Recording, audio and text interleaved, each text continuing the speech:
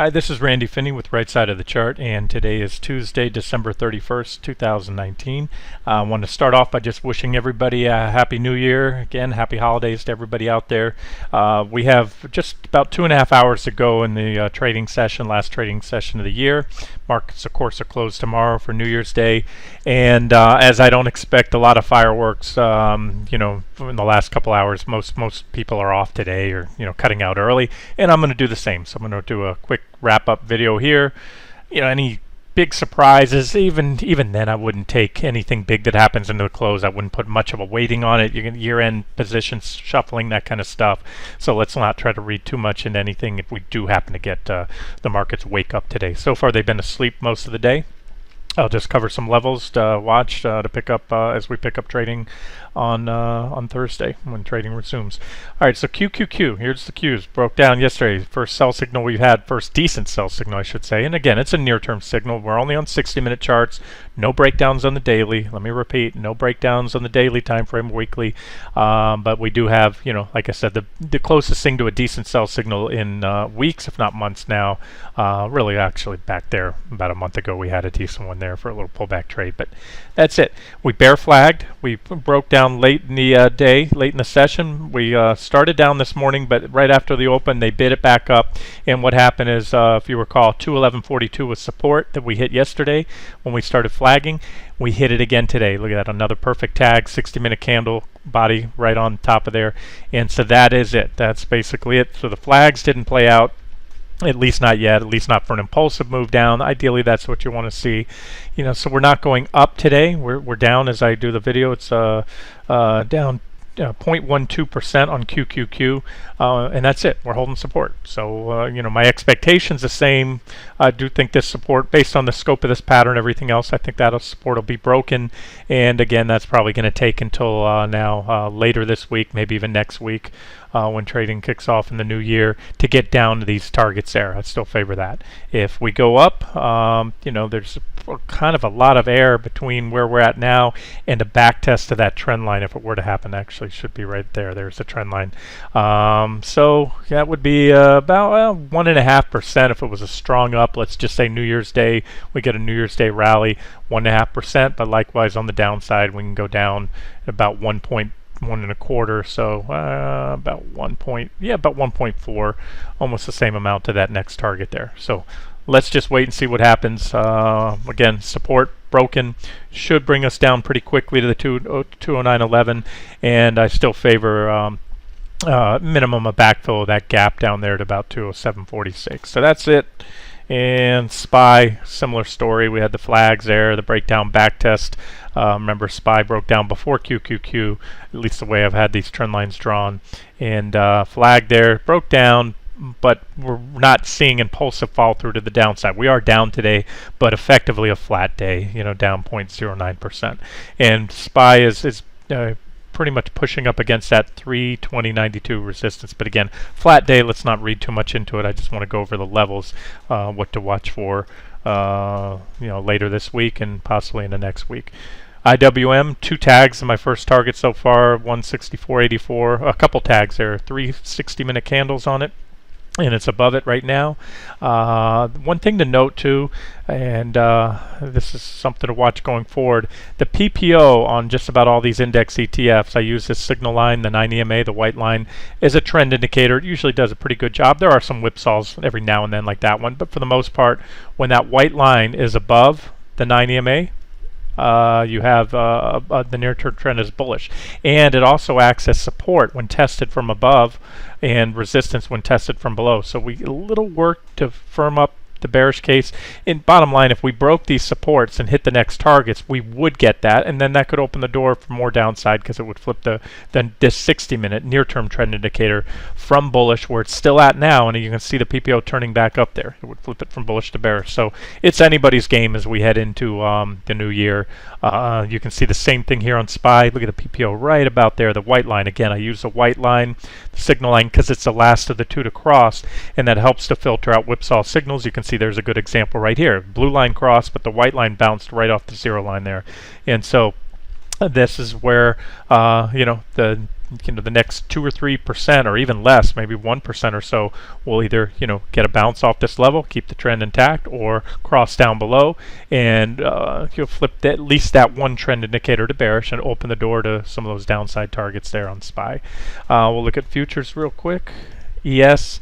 Really not much to report since yesterday because today's flat, so not a lot.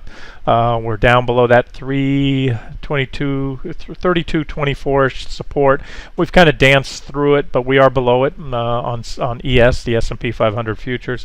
NQ has had a big level here. I believe this was in the recent charts that I posted in the last couple days, 87.46. We went through it yesterday, bear flagged, back tested it. Let's zoom in a little bit here and see what's going on. So again, these are the Nasdaq-100 futures.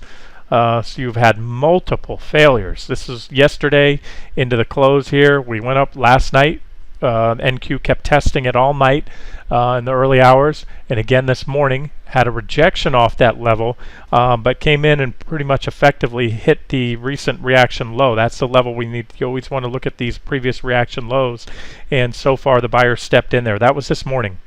They ran it up, and here we are. So we are above former support, which then becomes resistance. So we're trading below this. So going forward, bulls want to see this, because if you regain that level, you've taken out certainly a fairly significant. Again, this probably wouldn't even show up as a blip on the daily time frames, but in this little world of the 60-minute charts, it does show pretty clearly. So that would be bullish to see a solid break and close, especially additional green candles there, whereas right now we've had several failures there, and like I like to say, resistance is resistance until unless taken out.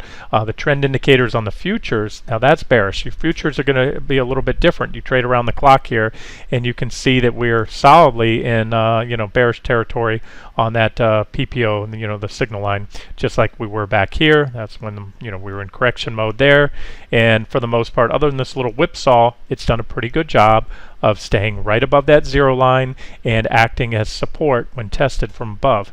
And so we're clearly, at least on, again, just this one trend indicator is in bearish territory now. You have, I pointed out some divergence on RTY, and maybe it was IWM as well yesterday, the small caps. So I need to make note there that as of now, with that equal low this morning, you have positive divergence because you have the indicators making higher highs. So, the fuel is there if the bulls want to run it up, and that's been the trend lately. I still favor the downside. Like I said, it's pretty simple. That changes. We bust above 87.46 with conviction, continue to build on that, and that's certainly going to chip away at the near-term bearish case and the chance that we're going to hit at least that minimum target zone here, 86.25 down to 85.94. So there, I'm still leaning that way, but we'll see. Like I said, it's the holidays right now, so no matter what happens in the last couple hours of trading today, it's really, I'm not going to try to read too much into it. Even if they spiked it above there and closed it, or if they spiked it down and closed it there. Let's just see how we pick up on the first or second of the year once trading resumes. And RTY, there's the divergences I mentioned yesterday. A small divergent low right here when you hit that first target of 1659.40 yesterday, and we tested it again today. So you can see that reaction low, which was also, that I had that in advance as the first target there, 1659.40. It was hit again today, successfully held, so that it only extended the divergence right there. You have equal lows with higher lows on the indicators. That's also positive divergence, just like lower lows and higher lows on the indicators. And so far, it's played out for somewhat of a bounce, but the same story. You've bounced right back to resistance, that former support at about 1675 there. It's been capping all the advances just like that level on NQ. And so that's what the bulls want to see. Convincing break above there. Bears want to see a break of this, 1659.40. Take that out with conviction. That should open the door up to this target down here, target zone about 1640 to 1642. And then finally, I usually limit this. I'll put this out as a public video. They usually cover anything besides the market, which is 90% of what I cover: commodities, individual stocks, sectors, bonds, currencies, all that good stuff. But the one I want to mention, because it has an impact on the market, is CL. I pointed out this morning to subscribers that crude had broken down below this 60-minute trend line here, and as well as that 61.17 level right there. It snapped back above 61.17, but it's currently back testing. So there it is. You have a breakdown like that and a back test of the 60-minute trend line. Remember, it came after this most recent divergent high right here.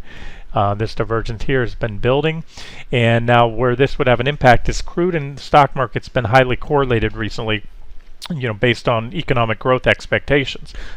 Stock market rallies, that's because economic growth expectations are increasing or bullish, and therefore the demand for crude should be higher. So you can see there's been a pretty good correlation between crude and the market. And you have a lot of energy stocks, of course, that are impacted by this. So we'll have to watch that. So far, it's a breakdown and a back test. I always do say this is a holiday week, low volume, a lot of traders taking it off, the market's closed tomorrow, and so you have a little higher chance of, a considerably higher chance, I should say, of whipsaw signals. But take it for what it is now, just like the equity markets, they broke down, and on crude we're back testing. So we'll be watching that level, and this would align with what my expectation in the markets are, that we soon get rejected, whether it happens today or it happens on Wednesday, or I should say Thursday, when the market opens back up.